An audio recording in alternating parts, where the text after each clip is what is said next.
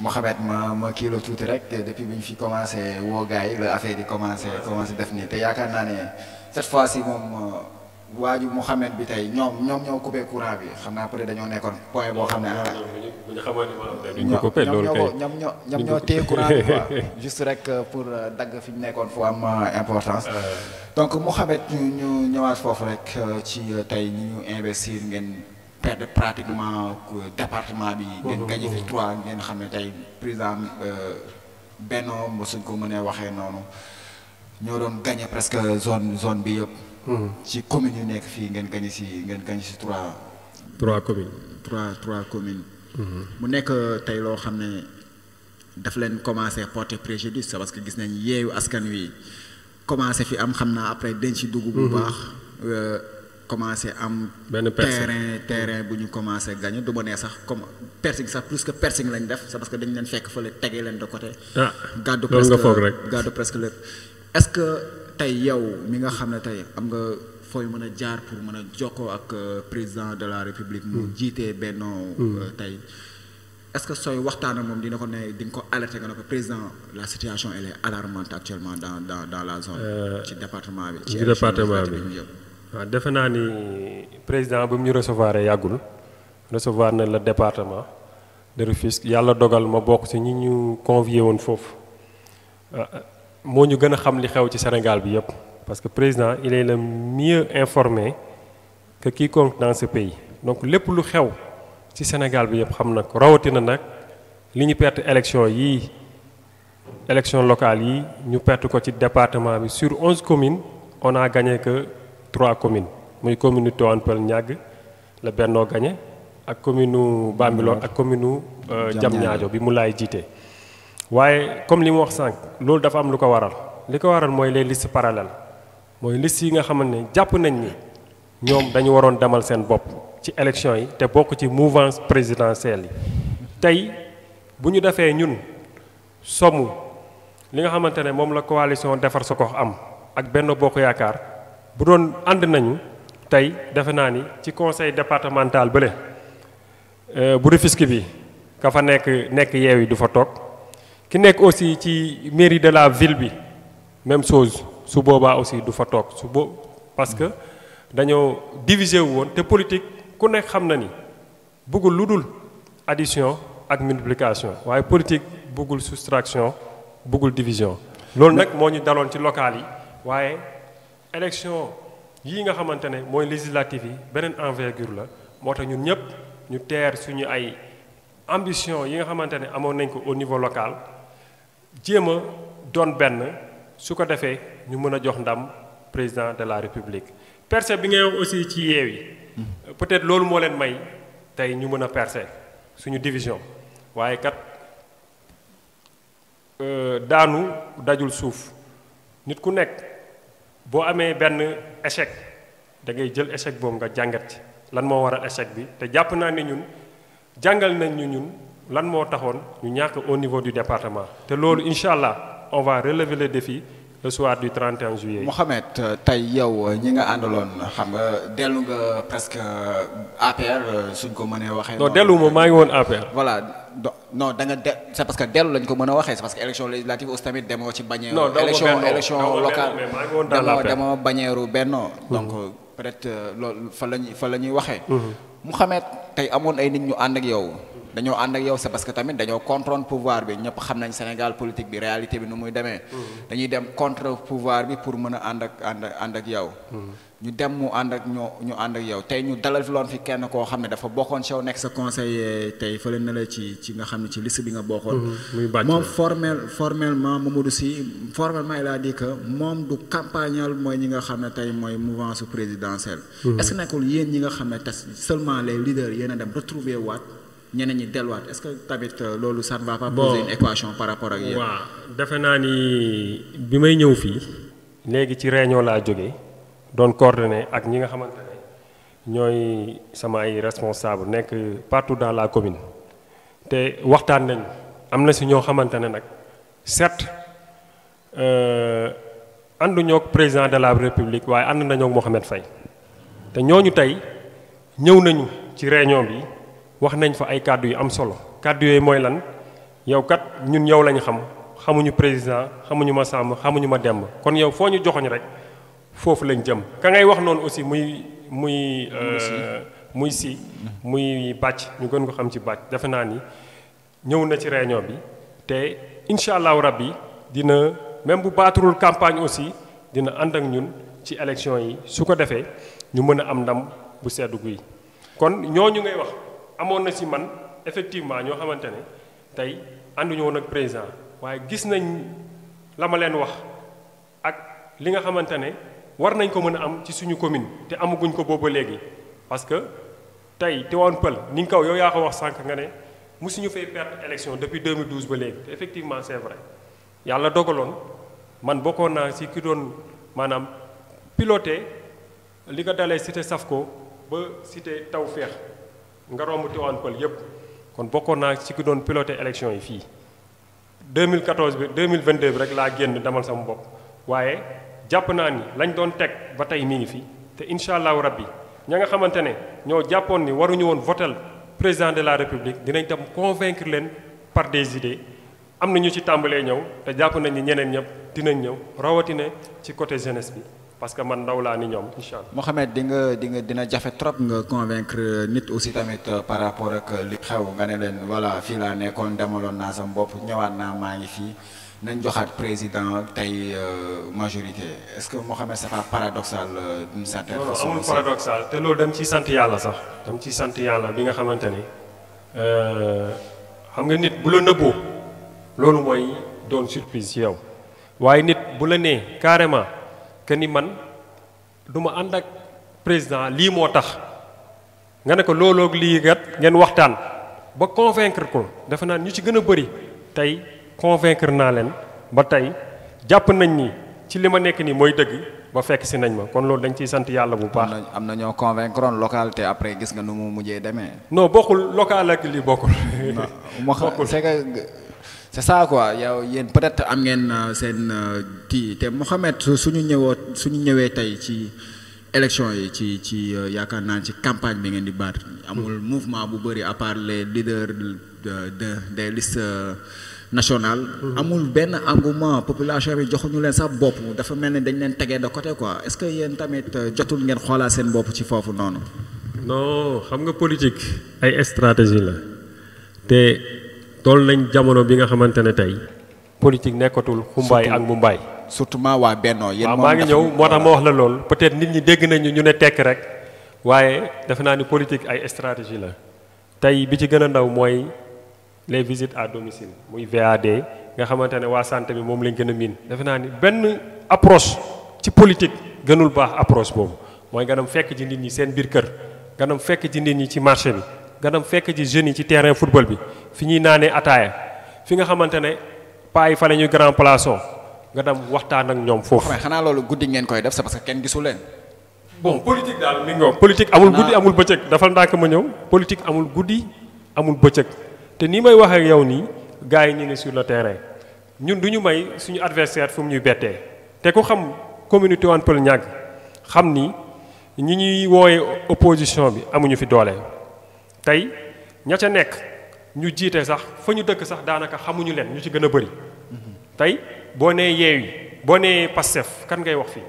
mais doo soo nee Pastef xamoo ko yow mii xamoo Mouhamed soo nee Yewwi xam nga tey Yewwi peut-être am na ñoo xam ne tur bi Yewwi dañuy voté Yewwi. sans autant connaître loolu moo leen di may chance ci côté boobu. mais beneen bi Mouhamed yéen seen campagne guddi ngeen koy def actuellement nii c'est parce que xam na ngeen nit ñëpp xam nañ ni ngeen di campagner. soo di danañ campagne ba teg nag ba mu saf-saf nga naan. Mouhamed loxo ci poos ngeen di campagner. non demeewul noonu parce que fu mu toll nii. kenn mënul ñëw ne ñu ngi yëkkati xaalis di la jox non amul. tey fu mu toll xaaral ma ñëw fu mu toll leader yi bëri nañ ci commune Tivaouane Peulh Niaga leader bu si nekk jàpp nga ni élection bi sa élection la muy man muy Cissé Ka muy fi ñëwoon muy Sissoko muy keneen monsieur le maire ñëpp Ibrahima Ndoye ñun ñëpp ay Maodo Kassé ñun ñëpp ay El Hadj Cissé ñun ñëpp jàpp nañ ni tey mission bii ñu sas dañ ko war a doublé parce que boo xoolee élection législative élection locale yi amoon na 34% te 34% yooyu 66% yëpp tey boo xoolee ñun ñi demoon na boo ci génnee benn paaru 5% donc jàpp nañ ni tey war nañu mën a romb la barre des 60% fii ci commune Tivaouane Peulh Niaga te lu possible la bu ñu demee wàccee sur le terrain waxtaan ak ñi ñu war a waxtaanal comme ni ma ko waxee fii léegi muy les groupes de pression muy ñi nga xamante ne tey am nañu kàddu ci dëkk bi te incha allah am nañu yaakaar ci loolu ne le soir du 31 juillet yàlla dinañu may ndam bu sedd guy. opposition bi nag dëkk mënut a ñàkk opposition parce que dëkk bu amul opposition dëkk bi maanaam na mu waroon mel du ko mel. parce que su boobaa ka jiite sax day yàqu opposition yéen Mouhamed président Macky Sall gis ngeen oppression bu muy teg ci opposition bi suñ ñëwee au niveau national kenn ñi mooy te fi yëngu ku fi saqat sax mu dóor la. yow xanaa da ngaa nekkul Sénégal Khalil. ku fi yëngu Mouhamed kenn ñemeetul yëngu. waaw ma ne xanaa yow ci boo xam ne ngeen ne démocratie la nekk opposition dafay am. xanaa yow ci beneen réew nga nekk. non mais ñoo ngi Sénégal Mouhamed non dafa nag parce que tey lii am ci Sénégal mosu fee am même Ablaye Wade sax bàyyiwul woon nit ñi. ci liberté boobu xaaral ma ñëw di am Sénégal mosu fee am. c'est parce que tamit fii opposition tey lu neex nit. Macky da doon campagne fu ko neex ci Sénégal. non tey lu neex nit mu wax mais léegi Sénégal sax da ngay génn ñu bloqué la gis nañ. non dafa nag ma ñëw rek tey lu neex nit mu wax lu neex nit mu wax. ci réseaux sociaux yi da ngay wax rek ñu saaga la tey nit ñi dañu def ay TikTok di wax lu ñaaw di ko teg sax ba ci sëriñ si tey loo xamante ne autant kenn daawu ko woon def kenn sañu ko woon def. mais yéen a ko tey njëkkee ñooñu noonu. yéen a ko njëkkee nëbbatu dans l'ombre di wax ju ñaaw di jëf ju ñaaw dañuy woo ñun la jeunesse ñu ànd ak seen. Mouhamed yéen a ko njëkkee te bañ a nangu ay manipulation parce que manipulation mooy lan yow ñu ne la gëmal say bët. bul xool fu ma lay jaarale fu ma la diri rek dabal loolu ndaw waru kaa nangu y compris man mi y compris keneen ndaw da ngay xam fooy teg sa tànk da ngay xam lan moo lay jëriñ ëllëg te ñun dañu soxla ëllëg ñu ñëw fekk fii un pays stable un pays boo xamante ne jàmm moo fi am salaam moo fi am su ko defee ñun bu ñu ñëwee bu ñu jëlee lenge yi nga xamante ne li ñuy liggéey dana mën a yomb waaye tey bu ñu sàgganee ba opposition bi tey créé fi benn instabilité maanaam. jaxase dëkk bi ñun ñëpp ñoo koy subirandoo. Mohamed dinañ bëgg a lekk suñ ceebu jën plat national. mu tënk di nga ma bàyyi ma déroulé Mohamed doo mën a juste ñi lay seetaan peut être dañ ne voilà dañ ko bàyyi ci ko Mohamed stabilité dëkk bi ci yéen la dépendre Mohamed xam nga loolu sax yow. en toute ñëpp la dépendre. non ci yéen la njëkk a dépendre. c'est parce que yéen vous avez toutes les forces vives. tey seen côté. su ma nee tey yéen seen côté je parle même su ma waxee président de la république moo fi njëkkoon wax la patrie avant le parti. moo ko fi njëkkoon wax. mu gis mu def inverse bi le parti avant la patrie. loolu nga yaakaar mu diriger partem teg partem ci kanam. tey Sénégal opposant ñemeetu fi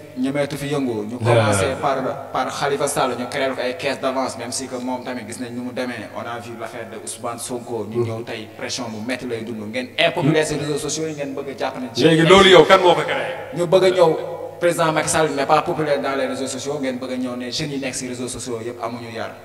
non waxuñu jeunes yëpp dafa naan parce que man mii maa ngi si réseaux sociaux yow yaa ngi si keneen ak keneen mais am na loo xamante ne yow. non je parle de jeunes yi nga ànd ak Ousmane Sonko je veux dire. ñi nga xam ne voilà non du ñëpp tamit du ñëpp c'est pas tout le monde mënoo ne ñëpp la parce que tey Sonko li ko dal moom moo ko teg boppam Khalifa Sall li ko dal moom moo ko teg boppam. dañ leen a effet xaaral ma ñëw Sonko ba muy jóg di dem kenn yabalu ko moom moo dawal boppam. mais bëgg nëbbatu ci ginnaaw ndaw ñi bëgg ne ndaw ñi kaay leen ngeen xeexal ma loo xamante ne yow ba ngay dem àndoo garde corps yow nga ne tu es le deuxième ou bien la deuxième personne bi nga xamante ne tey yow yaay incarné leader ci Sénégal à part Macky Sall ngay dox guddi di dox yow kese di dem foo xamante ne sax ñun ñii di politiciens yi ndaw yi sax duñ fa dem. kon loolu tey ba pare nga bëgg a nëbbatu ci. buñ la woowee nga dugg ci réseaux sociaux yi def sa vidéo woo jeunes yi ñu ñëw barrer la route. créer la violence ba ay mort du ci am. mais Mohamed loolu dañ ko war a éviter. Mohamed su ko neexee tey ku mu neex ci Sénégal nga dem fu la neex. non fu la neex nga dem mais c'est pas n'importe qui. non mais fu la neex nga dem. Khalil yow tey boo demoon amul problème. non keneen bu demoon amul problème mais kuy incarner la deuxième personnalité du Sénégal. Mohamed quelle que soit la personne tey ñun ñëpp xam nañ liberté man su ma neexee ma jóg génn dem fu ma neex. waaw yow suñ ko nangu non d'accord na kii bañ a ko këlee. non te yéen daf leen jox pour ne pas revenir dans le débat parce que tamit pour être sincère. mosuma si nangu wax publiquement franchement pour être sincère quoi pour ñu balayer débat boobu. même boo ko posé woon du ma ci wax. voilà donc pour ñu balayer débat boobu noonu. beneen bi ñu ñëw Mouhamed tey suñu gisee déroulement campagne bi. à part après investiture ñu gis tey coow li bëri affaire yi demagul fenn coow waxu waaso génn fii nii ngeen nekk di manipuler population bi su ma waxee manipuler population bi yéen homme politique yi que ça soit l'opposition que ça soit le pouvoir lan moo tax ngeen bëgg toujours di centrer débat bi ci centrer seen politique ci ay débat yoo xam ne day diviser population bi lan moo tax. defe naa ni ñun pouvoir amuñu benn intérêt tey di jël débat di ko yóbbu ci ay yenn instances yi rawatina ci wàllu waaso ku nekk xam na ni Sénégal jàmm ji ñu am tey maanaam kal bi moo ñu ko may. tey yow pël nga man séeréer laa am na loo xamante ne ñemewuma ko def am na loo xam ne man ñemewum la ko def parce que kal boobu cousinage boobu tey séeréer ak joolaa même chose muy ëgën ak jàmboñ tey bépp politicien muy ñi nekk ci pouvoir beeg ñi nekk ci opposition bi képp koo xamante ne yaa ngi jéem a yëkkati fitna boobu sa kaw lay këppwaat parce que gis nañ fii keroog ba ñu bëggee wax loo le roi Mankagne li mu leen wax c'est clair ki dee Mankagne la waaye sénégalais la kon affaire waaso yooyu nañ ko teg si suuf parce que gis nañ fi ay Rwanda gis nañ fi feneen ak feneen gis nañ fi ay Afrique du Sud feneen ak feneen kon loolu noonu ñun buñ ci sax dugg ay diw dafa bañ diw loolu amul est-ce que ñun ñëpp ay sénégalais lañu ñun ñëpp ñoo bokk Sénégal amul Casamance amul Sine amul Saloum amul Fouta amul feneen ñun ñëpp benn lañ man jàpp naa ni fu ma neex ci Sénégal war naa fa mën a dem keneen ak keneen war na fa mën a dem te amul kenn koo xamante ne tey président dina dem rawatina président de la république mi nga xamante moo jiite sénégalais yépp nga naan dafa bañ diw bu déggee sant diw sax danaan gars yi dañ naan acca nañ ko dugal ni loolu amul c'est faux. mais est-ce que tamit amul foo xam ne teg na ko fa c'est parce que tamit gis nañ même pas moom sax am na ñu ñeneen ñu génn ñu ne manifestation yi su la jàppee suñ la laajee. sa sant loolu amul loolu moom laa lay wax loolu amul sa sant lañ lay njëkk a laaj. est-ce que Mouhamed nekkul le président de la république moo war a njëkk a poser acte yi nga xam ne tey. su fekkee tey l'opposant Ousmane Sonko wax na ko. léegi damay laaj yow xale aussi nii yow policier bi lay jàpp wala gendarme bi lay jàpp lan la yow xamoo lan la mais joolaa yi ngi ci biir séeréer yi ngi ci biir keneen ak keneen mi ngi ci biir loolu daal dama jàpp ni faux débat la parce que waa ji dafa tàmm di victimiser wu à chaque fois. di nëbbatu ci damay bañ a sa tudd tëram di ko may buzz parce que. tey li ma jàpp mooy man boo ma laajee tey ci Macky Sall lu mu def dinaa ci sa war a boo bëggee fii ba suba ñu toog fii comprendre parce que président ak lu ko waaye mën a contre di nga ne président liggéey na il a fait beaucoup de réalisations ci secteur yëpp nag ci domaine yëpp domaine boo ma laajoon tey dinaa leen président def na doo ñu tontu ci liñ la laaj rek ñu avancé. non ci loolu noonu dama ne faux débat la parce que ku naan policiers yi bu ñu la jàppee wala gendarme yi bu ñu la jàppee dañ lay laaj ban sant nga boo nee Sonko nga sant wala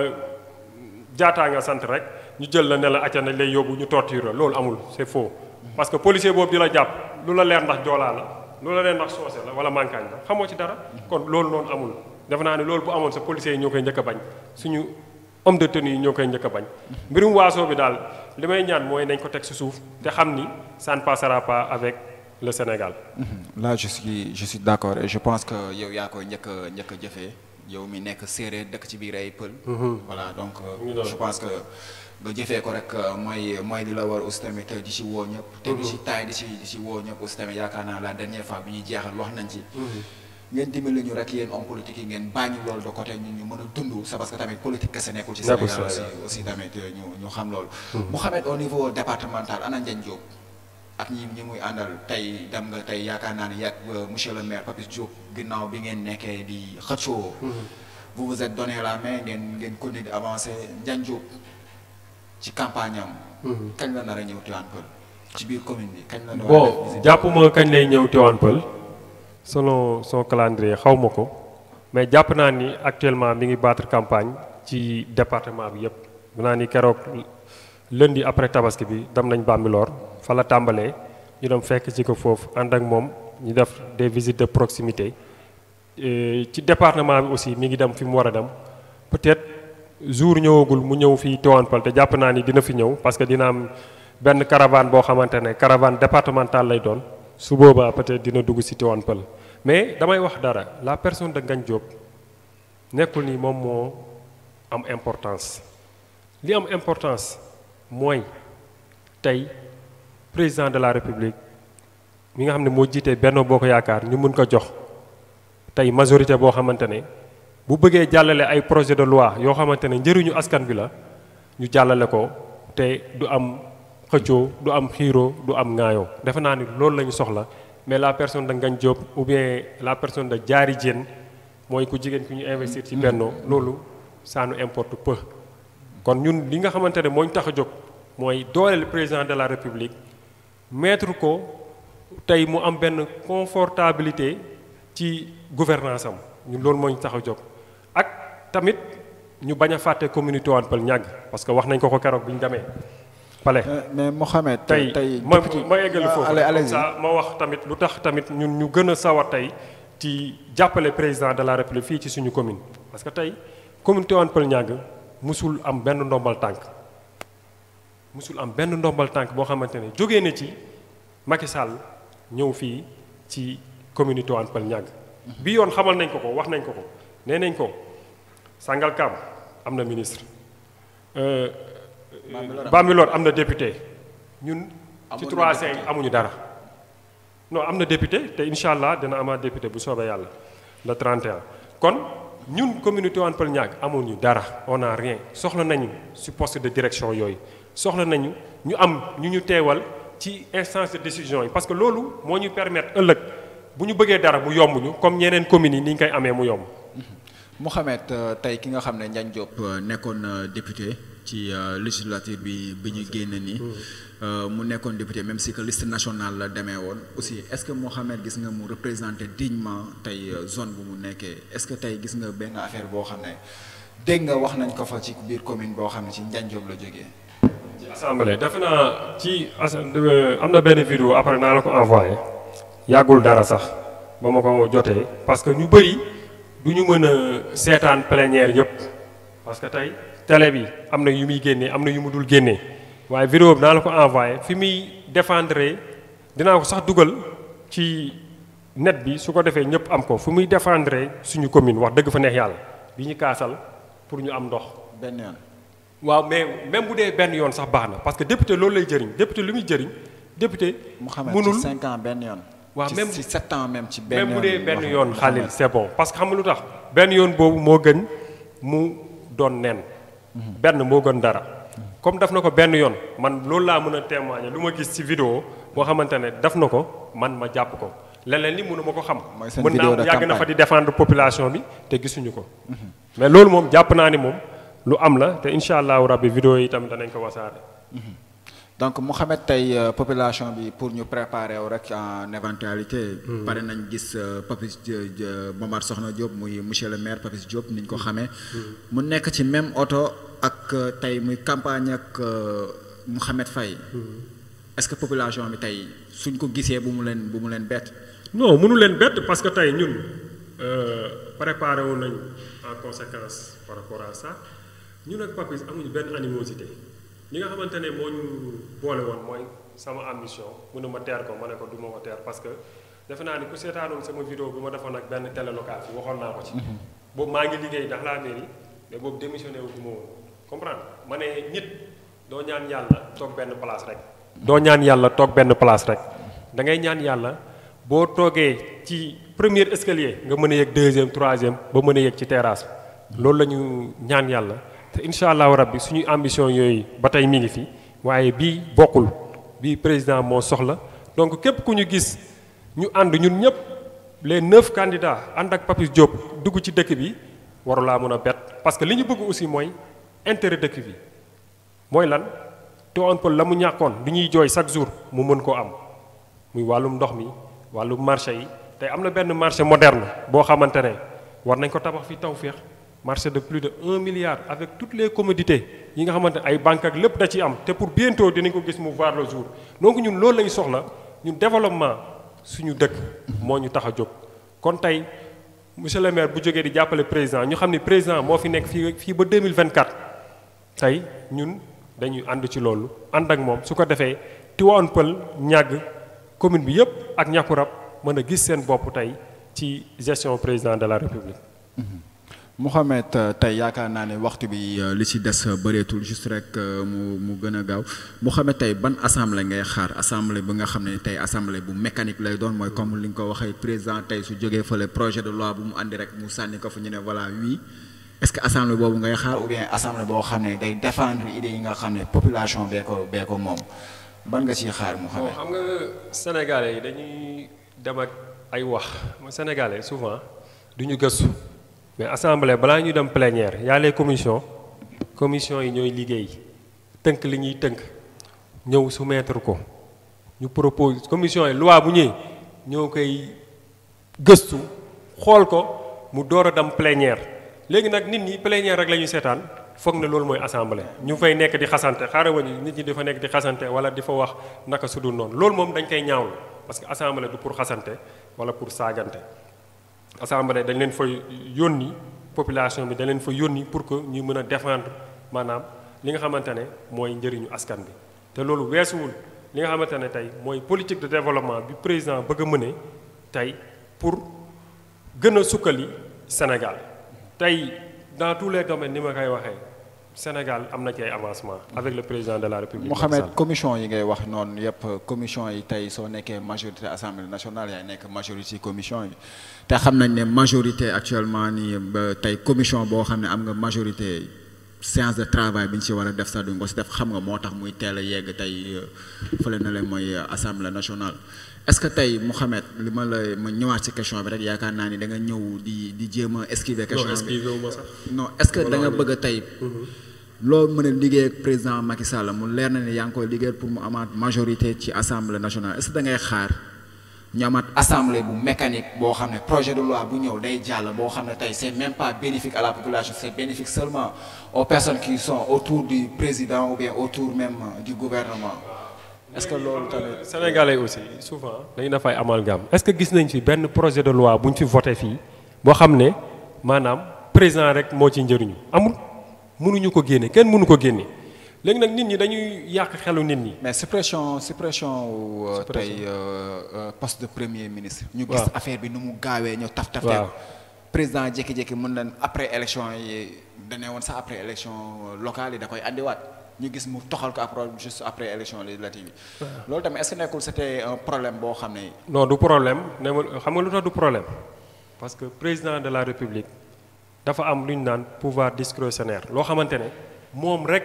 moo ko jago nee naa la régime présidentiel lañ nekk xam nga loolu bu doon régime parlementaire du demee noonu doo mën a supprimer poste premier ministre bi président mënu ko supprimer. en temps record quoi. ah en temps record. non pas en temps record sax. parce que régime parlementaire maanaam yow mënul ñàkk premier ministre. mais régime présidentiel mën na ñàkk premier ministre président moom moo xamoon lu tax mu ne woon. peut-être dafa bëggoon am liaison directe avec ses ministres su ko defee liggéey bi gën a gaaw parce que peut-être jàppoon na ni liggéey bi ni mu ko bëggee woon gaawewul noonu mu ne xaaral ma éliminer poste premier ministre bi mën a gérer affaire yépp directement sama bopp te ku nekk déggaat na ko bi nga xamante ne sas nañ ko yan nañ ko li nga xamante ne mooy boppu njiitu Afrique bi muy Union africaine bi wax na ni incha allahu rabbi après ces législatives yi dana tegaat poste premier ministre bi su ko defee yan bi gën a oyof ci moom waaye loolu nekkul loo xamante ne c'est une obligation moom bu ko neexee mu bañ a teg premier ministre gouverner lu muy gouverner parce que loi bi may na ko. c'est parce que gis nañu aussi tamit le président il avait vu juste c'est parce que dem na moo ngi waajal élection locale yi mu jëmoon mu gis ne tey élection locale perdre na ville yu bëri mu ne voilà nañ ko poussaat ba ñu dem élection législative mu jéem a xool est-ce que nekkul day jéem a xool tey su majorité opposition amee.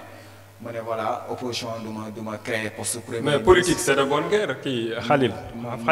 président tey. est-ce que warul bàyyi di jouer ak institution yi aussi tamit. non joué wul ak institution yi joué wul ak institution yi. en tant que jeune engagé intellectuel. non joué wul ak institution xam nga lan mooy joué ak institution yi. xam nga lan mooy joué ak institution yi joué ak institution yi mooy tey ngay salfaañee maanaam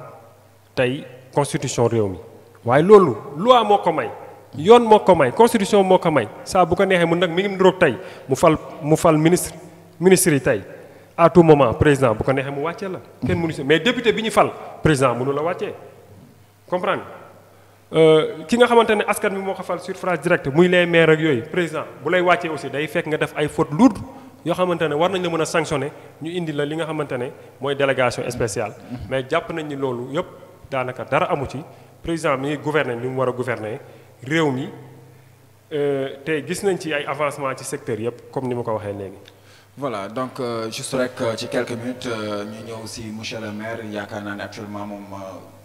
mën nañ ne ñu utiliser seen terme rek mburu ak soow ngeen moment yii nii yéen ñaar voilà Thiaga ak Gloria yëpp yéen ñaar ñu gis mu recevoir jeunes yi mu recevoir tey ñu gis yi ay jeunes yu bëri mu doon waxtaan ak ñoom mu xameet waxtaan boo xam ne jàpp nañ ni sax jurul peut-être waxtaan mu doon ci parce que bu mu paree bi ñu déggee déclaration dene Tivaouane Peulh foog am ko représenté maire peut-être man ci discours am li ma jàpp man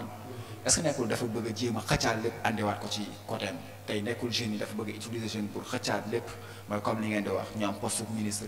te moom il a déclaré carrément qu'il veut être ministre est-ce que nekkul loolu moo tax mu bëgg a créer. loolu nag dañ koy ñaan yàlla même bu dul moom sax di keneen ku dëkk ci commune bi doon ministre wala nga doon DG parce que suñu avantage la suñu njëriñ la ñun ñëpp commune bi su ko defee la ñuy xëccoo ci kaw yow nga mun cee jot. su yàlla defee ni moom la su yàlla defee ni aussi keneen la ci biir commune bi aussi ñu nangu ni kooku la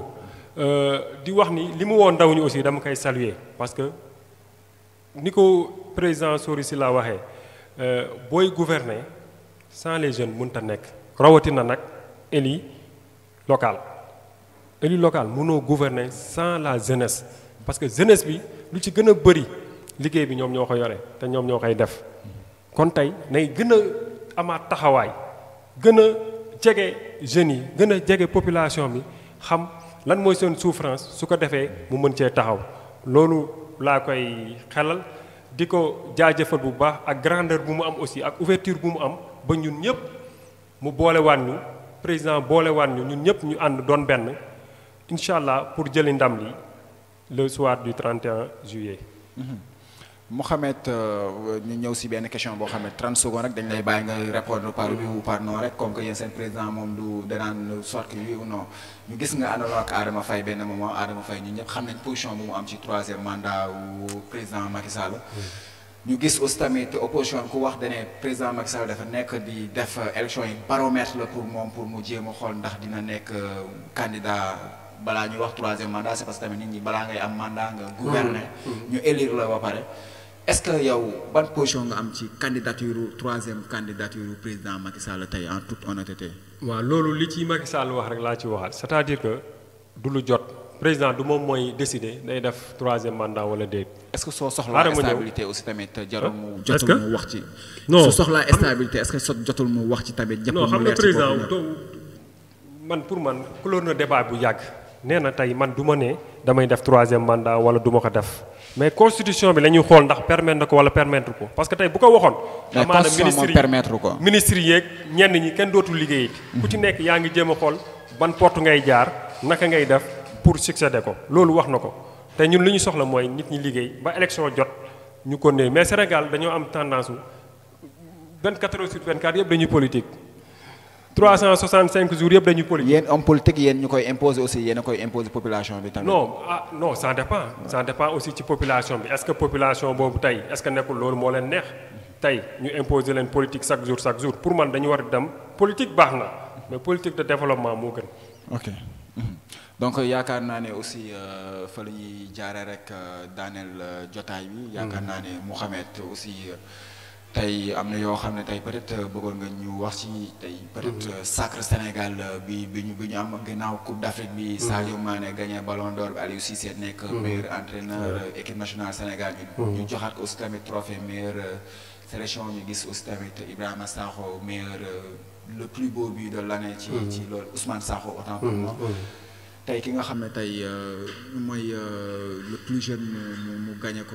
ñu baal ma rek tur bee ma xaw a échappé. Matar Sarr voilà mu gagné loolu juste rek ci distinction yooyu ci 30 secondes yaakaar naa. loolu moom dañ leen di féliciter d'abord di ci kontaan lool di wax ni Sénégal amati na ndam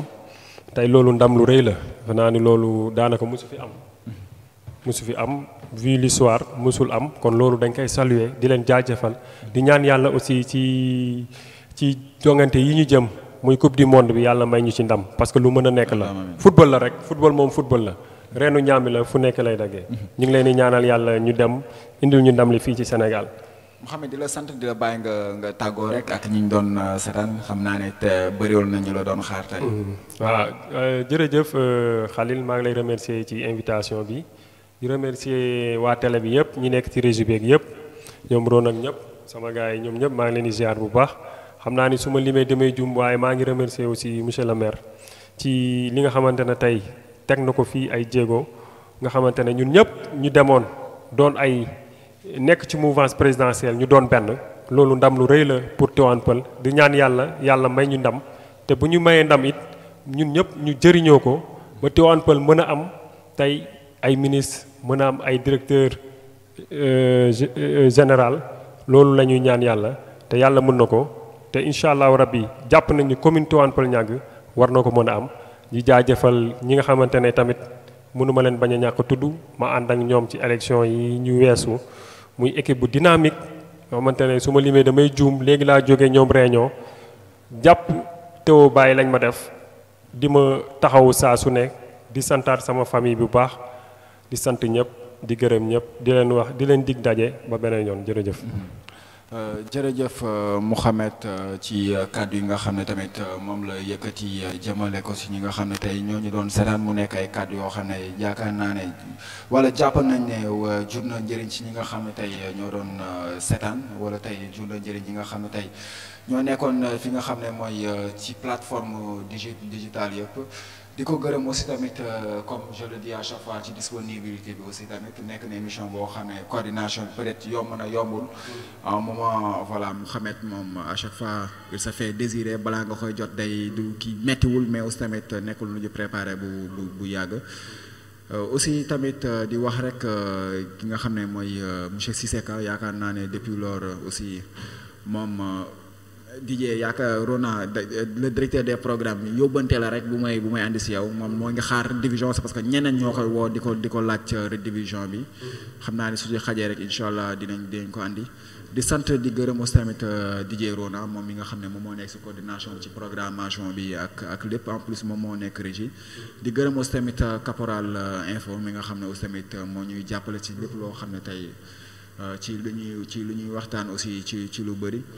di gërëm mbokk téléspectateurs yi ñuy seetaan di leen jox dig daje rek peut-être ma leen di jox dig daje di leen wax ne dama jot benn affaire boo xam ne après bi ma lancé affiche yu Mouhamed Faye bi am na ñu ne ñun fu ñu ma féetalee peut-être ñaari yoon ñetti yoon recevoir naa ñi nga xam ne tey ñoo nekk au pouvoir te yaakaar naa ne Mouhamed tey sentir na ne man féetewu ma fenn te yaakaar naa ne maa ngi coordonné ak ñeneen maa ngi woo ñeneen peut-être moo jàppandiwul peut-être voilà et yaakaar naa ne incha allah ci semaine yi ci jours yi c'est parce que ñoo ngi toll semaine de Zif te yaakaar naa ne dañuy recevoir ñëpp